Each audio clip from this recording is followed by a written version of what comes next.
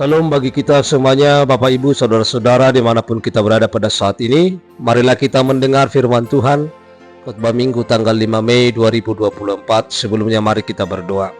Damai sejahtera dari Allah Bapa yang melampaui segala akal, itulah yang akan memelihara hati dan pikiran kita dalam Kristus Yesus Tuhan kita. Amin. Firman Tuhan bagi kita tertulis dalam Matius 7 ayat 1 sampai ayat 11. Demikian firman Tuhan. Jangan kamu menghakimi supaya kamu tidak dihakimi, karena dengan penghakiman yang kamu pakai untuk menghakimi, kamu akan dihakimi, dan ukuran yang kamu pakai untuk mengukur akan diukurkan kepadamu. Mengapakah engkau melihat selumbar di mata saudaramu, sedangkan balok di dalam matamu tidak engkau ketahui? Bagaimanakah engkau dapat berkata kepada saudaramu, biarlah aku mengeluarkan selumbar itu dari matamu, padahal ada balok di dalam matamu? Hai orang munafik, keluarkanlah dahulu balok dari matamu, maka engkau akan melihat dengan jelas untuk mengeluarkan selumbar itu dari mata saudaramu. Jangan kamu memberikan barang yang kudus kepada anjing, dan jangan kamu melemparkan mutiaramu kepada babi, supaya jangan diinjak-injaknya dengan kakinya, lalu ia berbalik mengoyak kamu. Mintalah, maka akan diberikan kepadamu. Carilah, maka kamu akan mendapat. Ketoklah, maka pintu akan dibukakan bagimu. Karena setiap orang yang meminta menerima, dan setiap orang yang mencari mendapat, dan setiap orang yang mengetok baginya pintu dibukakan. Adakah seorang daripadamu yang memberi batu kepada anaknya jika ia meminta roti? Atau memberi ular jika ia meminta ikan?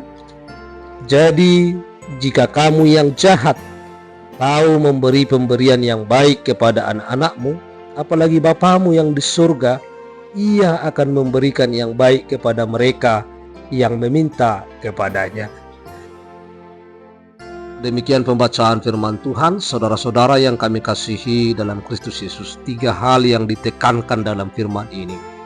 Yang pertama, supaya kita jangan menghakimi. Yang kedua, supaya kita memelihara barang yang berharga atau yang kudus. Dan yang ketiga, supaya kita tetap berdoa kepada Tuhan, supaya Tuhan mengabulkan setiap doa-doa kita. Mari kita lihat satu persatu. Di dalam yang pertama tadi, ayat 1 sampai ayat 5, supaya kita jangan menghakimi. Kata menghakimi ini bisa dikatakan juga menyalahkan. Dan kita menilai orang lain dari sudut pandang pikiran kita, dari sudut pandang keegoisan kita, atau dari sudut pandang kesombongan kita. Karena kesombongan kita atau tinggi hati, kita tidak bisa melihat kesalahan kita. Tetapi memang kita hanya melihat kesalahan orang lain. Di dalam kehidupan manusia di tengah-tengah dunia ini memang lebih gampang melihat kesalahan orang lain daripada melihat kesalahan kita. Saudara-saudara, kita mau ingin mengubah orang lain padahal kita memiliki kesalahan yang lebih besar daripada mereka, atau kejahatan yang lebih daripada mereka dalam hidup kita. Menghakimi itu adalah melihat atau mengedepankan diri sendiri daripada firman Tuhan.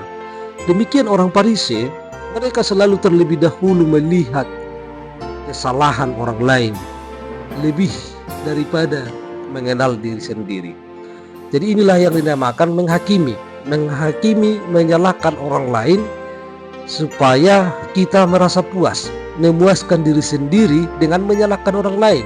Orang lain sudah menderita, kita yang salahkan, kita yang membuat mereka semakin menderita. Saudara-saudara, di dalam firman ini dikatakan bahwa orang yang menghakimi adalah orang yang munafik. Di dalam ayat 5 dikatakan tadi, oh hai orang munafik, keluarkanlah dahulu balok dari matamu, maka engkau akan melihat dengan jelas untuk mengeluarkan selumbar itu dari mata saudaramu.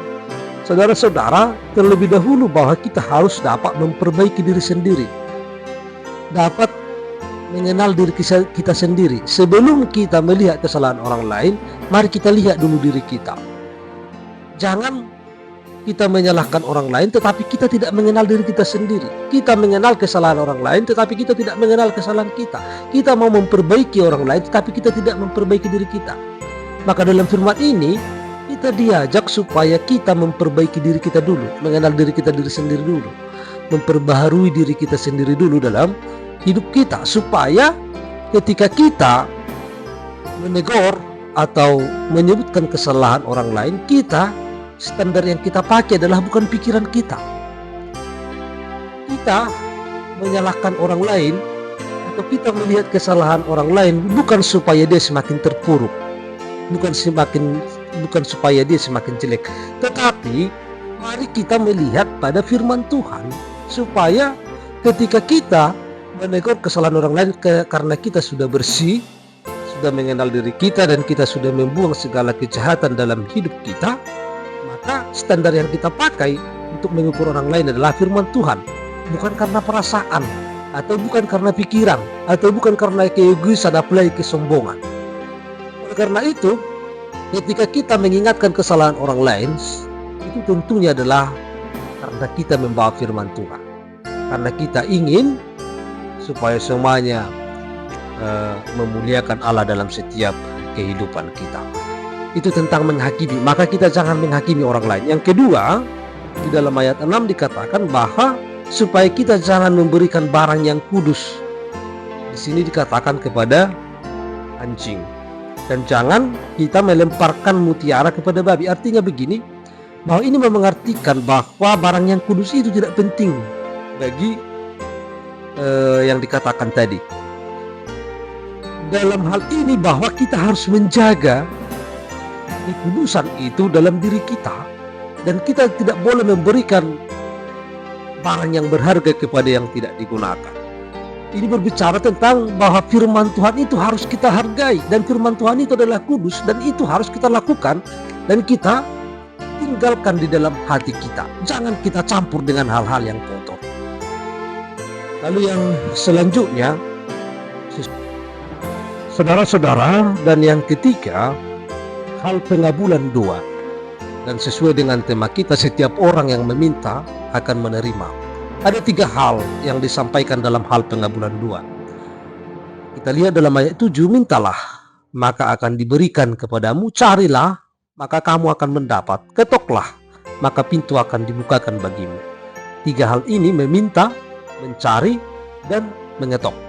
Dan ini adalah janji Allah kepada setiap orang yang meminta tadi. Karena setiap orang yang meminta menerima, gitu ya. Ini adalah janji Allah bagi kita. Setiap orang yang meminta akan menerima, dan setiap orang yang mencari mendapat, dan setiap orang yang mengetok baginya pintu akan dibukakan.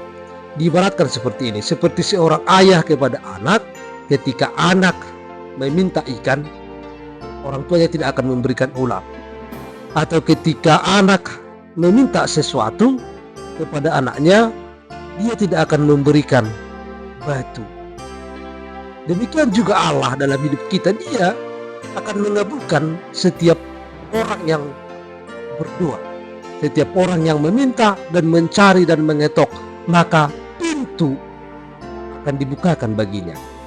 Mereka akan diberikan. Ini adalah janji Allah kepada setiap orang yang mau meminta. Saudara-saudara, yang menjadi persoalannya, apakah kita mau berdoa kepada Tuhan? Dalam hal ini, bagaimana mungkin Tuhan memberikan sesuatu kepada kita kalau kita tidak berdoa? Karena Tuhan menginginkan kita supaya kita berdoa. Kita meminta, kita mencari, dan kita mengetok. Maka Tuhan akan mengabulkan setiap doa-doa kita. Sekalipun bahwa Tuhan mengetahui apa yang menjadi keperluan kita, tetapi yang Tuhan inginkan bahwa kita berdoa kepada Tuhan. Kita tetap meminta kepada Tuhan, supaya Tuhan yang memberikannya bagi kita. Oleh karena itu, Bapak Ibu Saudara-saudara, dimanapun kita berada pada saat ini, melalui firman Tuhan ini, 3 hal yang disampaikan tadi, supaya kita jangan menghakimi satu dengan yang lain. Yang kedua, supaya kita memelihara firman Tuhan di dalam hati kita. Dan yang ketiga, supaya kita berdoa. Mari kita merendahkan diri, mengikuti kehendak Allah dalam setiap kehidupan kita. Lalu yang kedua, firman Tuhan begitu berharga bagi kita. Firman Tuhan itu begitu berharga, maka kita tidak boleh mempermainkan firman itu sendiri. Lalu yang ketiga, mari kita selalu berdoa kepada Tuhan Karena setiap orang yang berdoa, setiap orang yang meminta akan menerima. Kita harus sungguh yakin dengan doa-doa kita yang kita minta kepada Tuhan dengan iman percaya kita. Dalam setiap kehidupan kita, marilah kita berdoa dan meminta, karena Tuhan akan mengabulkannya. Karena dikatakan tadi dalam ayat 11, Ia akan memberikan yang baik kepada mereka yang meminta kepadanya. Ia akan memberikan yang baik, maka Tuhan yang akan memberikan yang baik bagi kita atas setiap permintaan kita dalam hidup kita. Amin, kita berdoa. Ya Tuhan Allah Bapa kami yang di surga, kami telah mendengar firman-Mu. Biarlah kuasa Roh Kudus-Mu yang akan memberi kami hikmat, supaya firman-Mu dapat kami lakukan dalam hidup kami. Dalam nama Kristus Yesus kami telah berdoa. Amin.